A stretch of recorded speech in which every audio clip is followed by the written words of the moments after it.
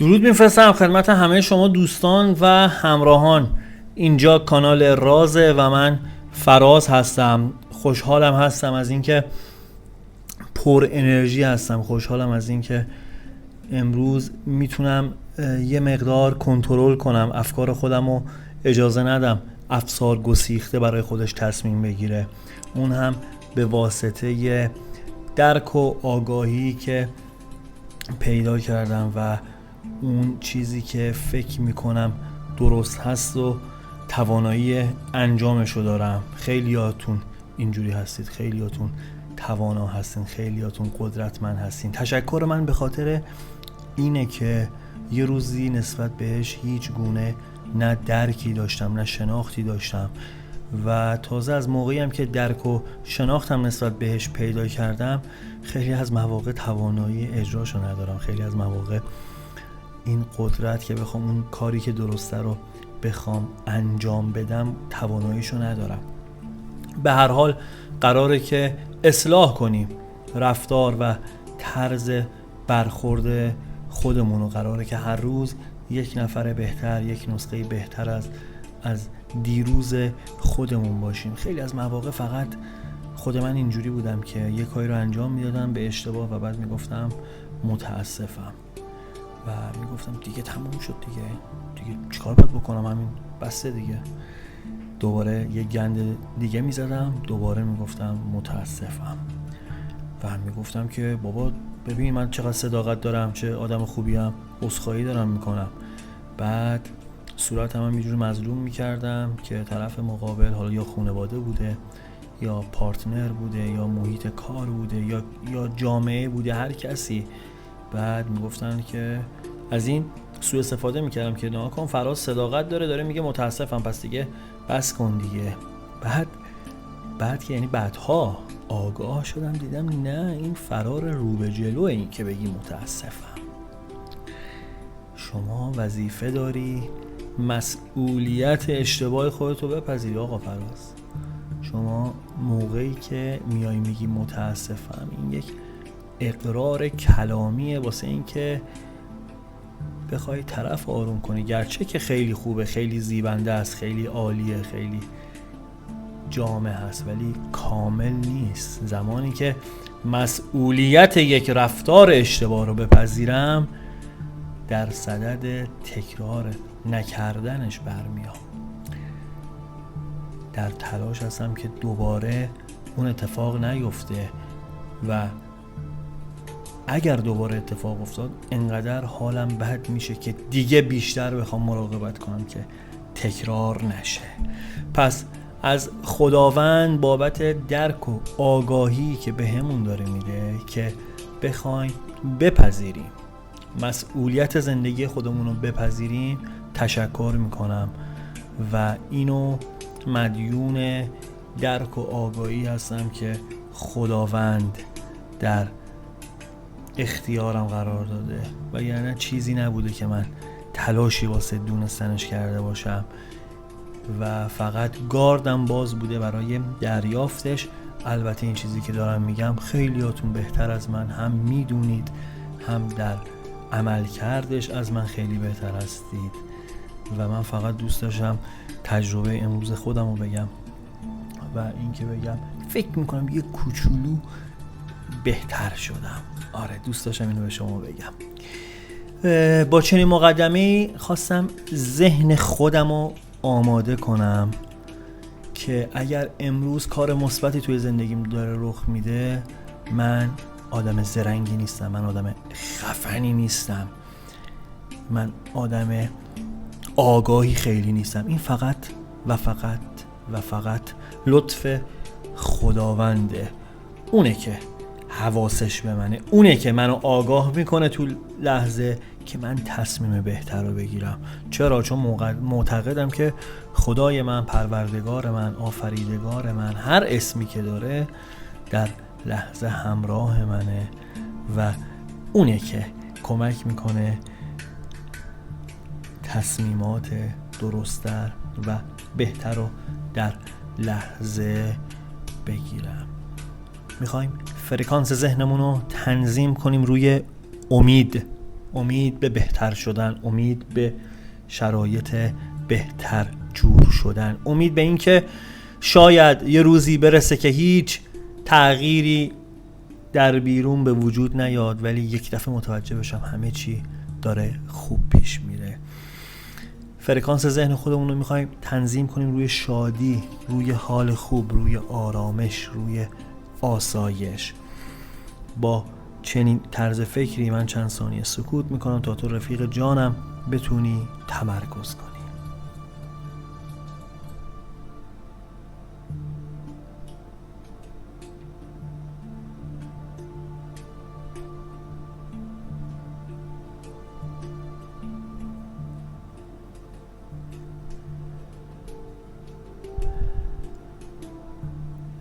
اگر نیت کردی و آماده ای، بشنوین غزل امروز رو.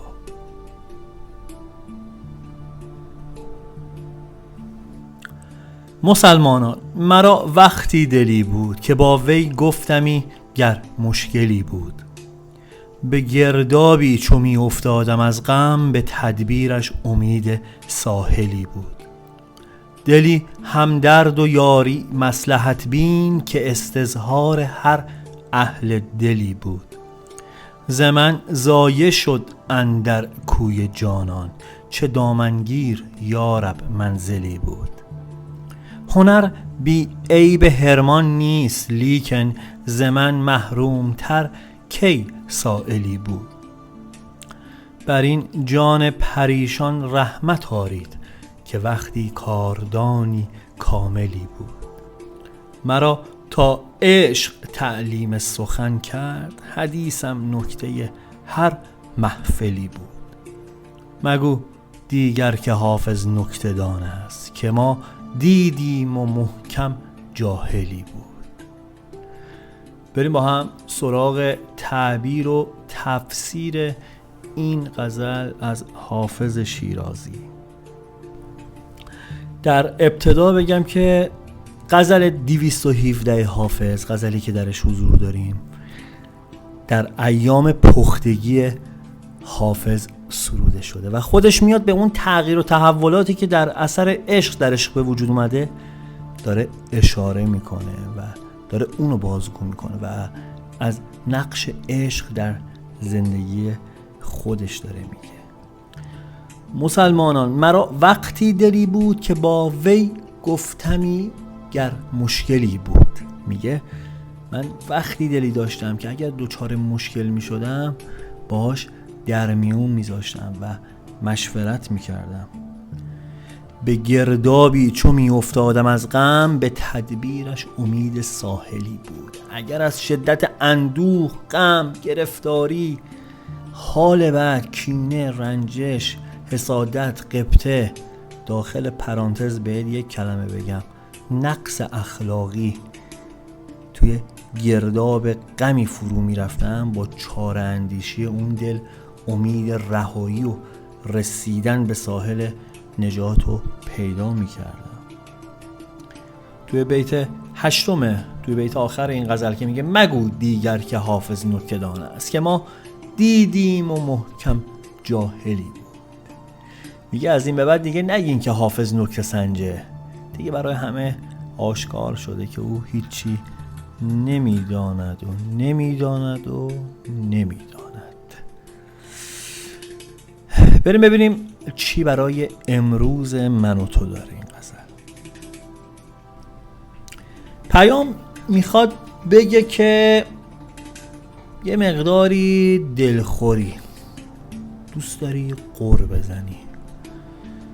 برای منم پیش اومده بعضی موقع تلفن رو نگاه میکنم، مثلا میگم این فلانی چرا یه زنگ نمیزنه خبر منو بگیره، یا مثلا قبلا که جوان‌تر بودم اینجوری، مثلا این مامانم چرا زنگ نمیزنه ازم بپرسه مثلا فراز تو فلان گوشه دنیا مثلا حالت خوبه، چیزی کم و کس نداری، مثلا پول لازم نداری واسه واریز کنم. به خدا حالا اصلا نیازم نداشتم، ولی مثلا اینو دوست داشتم. مثلا فلانی زنگ بزنه بگه آقا مثلا فلان جای بیزینست فلان موضوع هست، دوست داری من واسه فلان کارو انجام بدم. خیلی توقع داشتم خیلی آدم متوقعی بودم. خیلی از رنجش هایی که از دیگران داریم اصلا پای و اساس نداره، ایراد در خود ماست. میگه الان فکر میکنی توی دریایی از مشکلات و سختی ها رها شدی و کسی به فکرت نیست و شاید همین الان از چند نفر از کسی دلخور باشی. و پیام میخواد بگه که اگر امروز فکر میکنی مشکلی داری، اگر داستانی هست، یک زاویه دید تو ایراد داره، یا این که اگر هم واقعا مشکلی هست این مصلحته. حالا این مصلحت بودنه یعنی چی؟ یه مثال زنده دارم. مثال زنده مثالیه که به تازگی اتفاق افتاده باشه، قابل بیان کردن باشه و قابل درک باشه. این که اگه مشکلی هست مصلحته یعنی چی؟ یه 48 ساعت پیش گفتم، شاید اگه همیشه داری هر روز دنبال میکنی این قسمت رو داخل پرانتز بذار، ارتباطی به فال نداره، فقط مصلحت خدا رو میخوام بگم. توی یکی از قسمت‌های کاریم در کنار بیزینس قدیمم که بحث آموزش بود، الان هم راجبش صحبت کردم اینجا یا نه، یک کسب و کار آموزشی داشتم، شرکت آموزشی میگم داشتم به دلیل اینکه تا قبل از کرونا برگزاری سمینار و همایش و این داستان‌ها بود و بعدش که دیگه این کرونا شد رفتیم روی بستر اینترنت، سایت آموزش اینترنتی شد و در کنارش اومدم چند وقت پیش یه دونه سایت فروشگاهی رو اندازی کردم. خب نسبت علمشو داشتم، تخصصشو داشتم، بحث سایت و طراحی سایت و این داستان‌ها، ولی نسبت به اون اقلام و اجناسی که اونجا میخواست فروش بره من آگاه نبودم. یعنی مثلا بعد با چند تا از تامین کننده یا داخل کشور یا خارج از کشور صحبت میکردم که اینا مثلا اون جنس خودشونو به من بدن یا من ازشون بخرم و این به فروش بره. خیلی خوب بود، همه چی عالی بود تا اینکه یک مشتری ناراضی پیدا شد. مشتری که اومد به این پرسنل من گفتش که اون چیزی که شما به من معرفی کردین با این چیزی که دست من رسیده تفاوت داره. وقتی که این پرسنل من به من این گزارش خطا رو دادن، علیرغم این که مثلا نباید حال من بد می شد، ولی چند ساعت ذهن من فلج شد. از این نظر که 20 تا 30 تا احساس و همزمان داشتم تجربه می کردم. حس می کردم یکی سرم کلاه گذاشته، حس می کردم که یه کسی حس می کنه که من سرش کلاه گذاشتم، حس می کردم که قربانی شدم، حس می کردم یکی فکر می کنه به واسطه برند من، بیزینس من اون قربانی شده، حس می کردم که الان باید خیلی احساسات دیگه که یک سلسله احساسات با هم دیگه حمله کرد به من و فلج شدم. ذهن من فلج شد. تنها کاری که تونستم بکنم با یک نفر مشورت کردم، راهکار ازش گرفتم. گفت چند وقت داری این کار رو انجام میدی؟ گفتم کدوم کار؟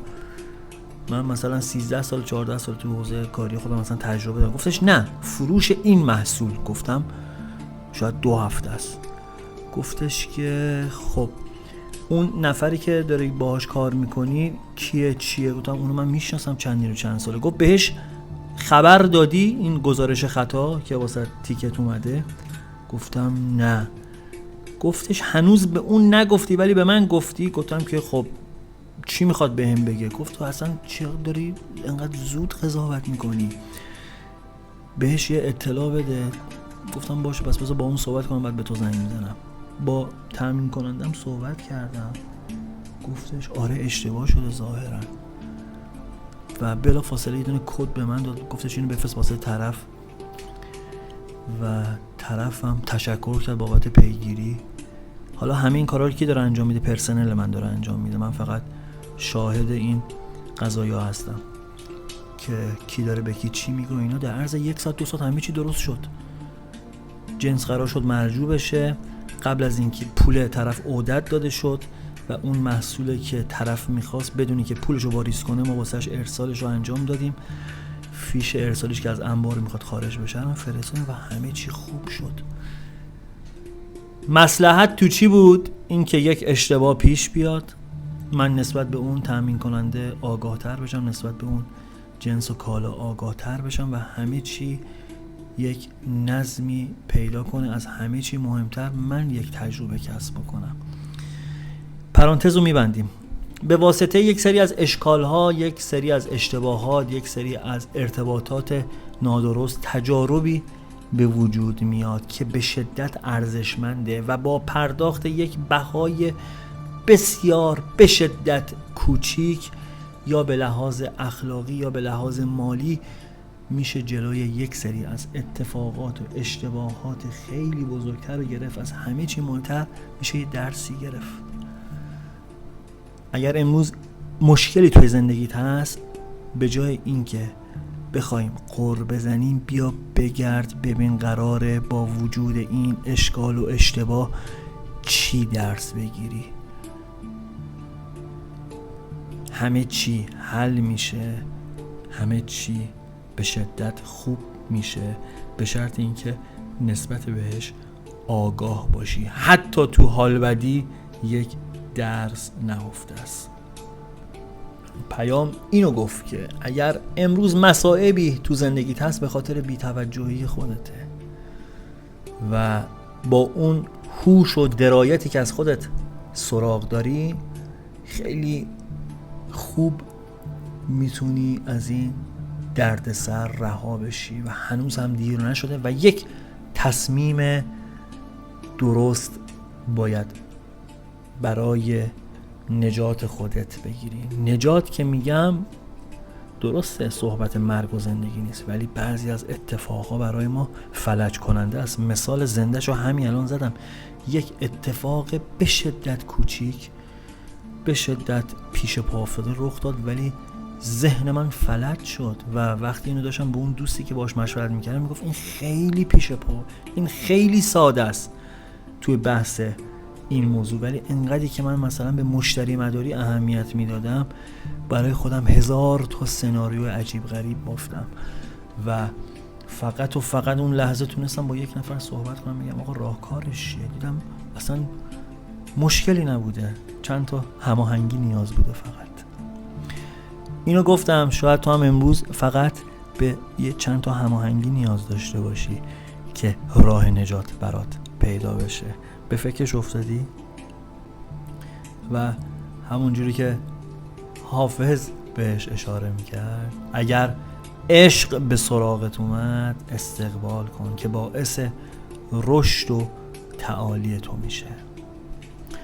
این بود پیام امروز. ممنونم که تا اینجا با من همراه بودی. ببخشید اگر قصه ای رو گفتم، درد و دلی کردم که یکم طولانی شد. ببخشید اگر به تازگی وارد چنل شدی. معمولا این کار رو نمی کنم، بیشتر هدف فقط اینجا حافظ خونی و انرژی خانیه و همین یه دعای کوچیک میکنم و از حضورت مرخص میشم. زندگی راز بزرگی است که در ما جاری است. زندگی فاصله اومدن و رفتن ماست. رود دنیا جاری است، زندگی آبتنی کردن در این رود است. زندگی وزن نگاهی است که در خاطره ها میماند. شاید این حسرت بیهوده که بر دلداری شعله گرمی امید تو را خواهد کشت. زندگی درک همین اکنون است، تو نه در دیروزی و نه در فردایی. ظرف امروز پر از بودن توست. شاید این خنده که امروز دریغش کردی آخرین فرصت همراهی با امید است. تو نه در دیروزی و نه در فردایی. ظرف امروز پر از بودن توست. پوینده باشی و پایدار.